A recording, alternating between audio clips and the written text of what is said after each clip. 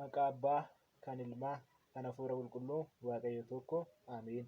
Ameen. Kabajamtootaa fi jaalatamtoota maatiiwwan Waaqayyoo, Waaqayyoon kan isin jaalatu, isinillee Waaqayyoon jaalattanii sagalee isaa dhaggeeffachuudhaaf garana kan dhuftan, maqaa Waaqayyo Gooftaa keenya Yesuus Kiristoosiin nagaa isin gaafadha.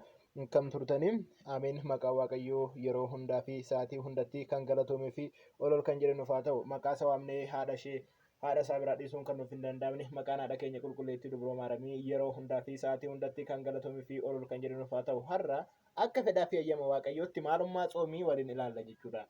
Kitaaba qulqulluu keessatti waa'ee xoomii, waa'een laguu yookiin immoo of dhorkuu kuni iddoo baay'eetti barreeffamee jira. Haa ta'u malee hiika xoomii kanarraa yookaan xoomiin guyyoota murtaa'eef nyaata bu'aawwan beelladootatirraa argaman irraa of dhorkuudha.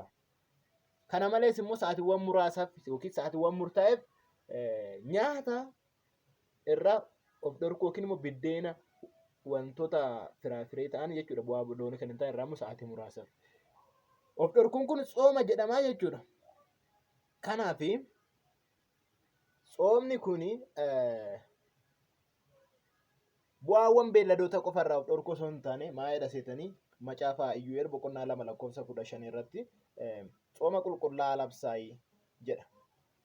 Laphee keessan hin tarsaasinaati, uffata keessan hin tarsaasinaati, laphee keessan tarsaasa jedha. Maa jechuudha kuni tsooma qulqullaa'aa labsaayii, tsooma keessayyuu tsooma qulqullaa'aa, biddeen qofa tsoominaa, lapheedhanis tsooma, cubbuurrees fagaadhaa, wantoota Waaqayyoon jibbu hin hojjetinaa jechuudha. Kanaaf tsooma jechuun akka waliigalaatti cubbuurraa fagaachuu, tsoomuu yookiin nyaata dhorkame sana yeroo dhorkame sanaaf dhiisuu yookaan immoo cubbuu immoo yeroo mara dhiisuu kan jedhu sana nutti agarsiisa jechuudha. Kanaaf manni kiristaanaa Ortodoksii Tawaahidoo Itoophiyaa tsooma kana iddoo lamatti qooddee nu barsiisti jechuudha. Inni tokko tsooma dhuunfaadhaan tsoomamuu jechuudha. Inni tokko immoo labsiidhaan hundi keenya iyyuu tsoomu jechuudha. Tsooma dhuunfaa kan jedhaman tsooma namoonni tokko gaabbii galanii dhiifatamu cubbuu isaanii argachuudhaaf kan itti tsooman jechuudha. Kana malees immoo tsooma dhuunfaa jedhamuudhaan kan beekamu tsooma tsigee yookiin abaaboo jedhamuudhaan kan beekamu dhuunfaadhaanii namni kamuyyuu barakata haadha keenya Dubroo Maaramii argachuudhaaf tsooma kana ni tsooma jechuudha. Kana malees tsoomni qaammee 5 guyyoota 5 tsoomamu suni bara haaraa jijjiiramu sanaaf tsoomamu suni fedhiidhaan jechuudha. Akka mana kiristaana keenyatti. Kana malees tsooma labsii jedhamuudhaan kan beekamu tsoomonni 7 ni jiru jechuudha. Tsoomni 7 kun yoo lakkoofne tokkoffaa tsooma raajotaa, tsooma gahaadii yookaan ifaa, tsooma naanawee, tsooma guddicha, tsooma duuka bootaa, tsooma filsataa, tsooma fayyinaa yookaan immoo roobiif jimaata godhu tsooma fayyinaa jedhama. Waggaa guutuu kan tsoomamu jechuudha. Faasigaadha kaasee hanga guyyaa 50ffaatitti garuu tsoomamu jechuudha. Kanaaf manni kiristaanaa keenya akka nu barsiisutti tsoomni kun hundi isaatu tsoomamuu qaba. As keessa immoo tsooma kana keessa tsoomni guddichi kun guyyoota 55 qaba. Wangeela Maatiyos boqonnaa 4:1 kaasnee yoo inni dubbisna ta'e gooftaan keenya Yesuus Kiristoos guyyoota 40 fi halkan 40 gadaama Qorontoos keessatti akka tsoome nutti hima. Nuti ammoo tsooma gooftaa yookaan immoo tsooma guddicha jennee isni waamnu kun guyyoota 55 fi halkan 55 tsoomna. Maaliif akka ta'e waliin ilaalla jechuudha. Gooftaan keenya guyyoota 40 fi halkan 40 midhaan gonkumaa osoo hin nyaatin jiraate. Nuti ammoo maaliif guyyoota 40 fi halkan 40 erga inni jiraate immoo guyyoota 55 maaliif tsoomna kan jedhu sana waliin ilaalla jechuudha. Gooftaan keenya Yesuus Kiristoos erga 40 tsoome nuyi 40 tsoomuu qabna. Manni kiristaanaa keenyas kanuma nu barsiisti.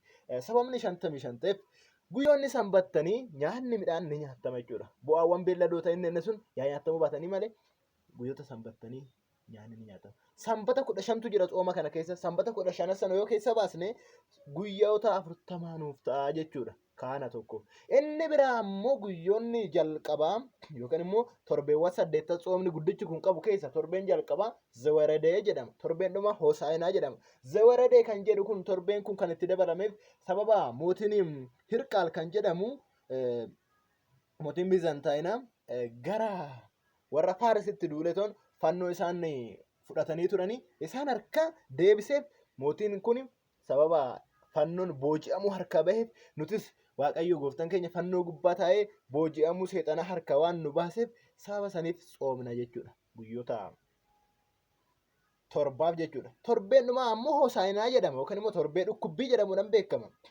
jimaata hosaayinaan boru gaafa jedhee irraa kaasetoon kan soomnu sababni isaa gooftaan keenya Yesuus Kiristoos dhukkubbiiwwan hedduu waan argeef sanaaf soomna guyyoota 8 jechuudha. Duuka buutotnis soomatii waan turaniif jechuudha sooma kana. Kanaaf nuti guyyoota kana kan soomnu.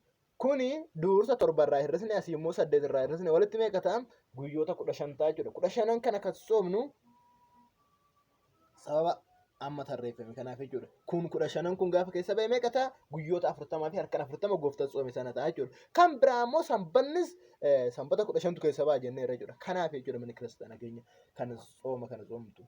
Kanaaf hundi keenya iyyuu sooma kana soomnee maqaa isaa waamnee maqaa haadha keenya qulqulleettii Dubroo Maariyaamii waamnee lafarratti waamtuu maqaa isaa samii irratti ammoo dhaaltu mootummaa isaa akka taanu fedhaa fi hayyama waaqa keenya nuuf haa ta'u.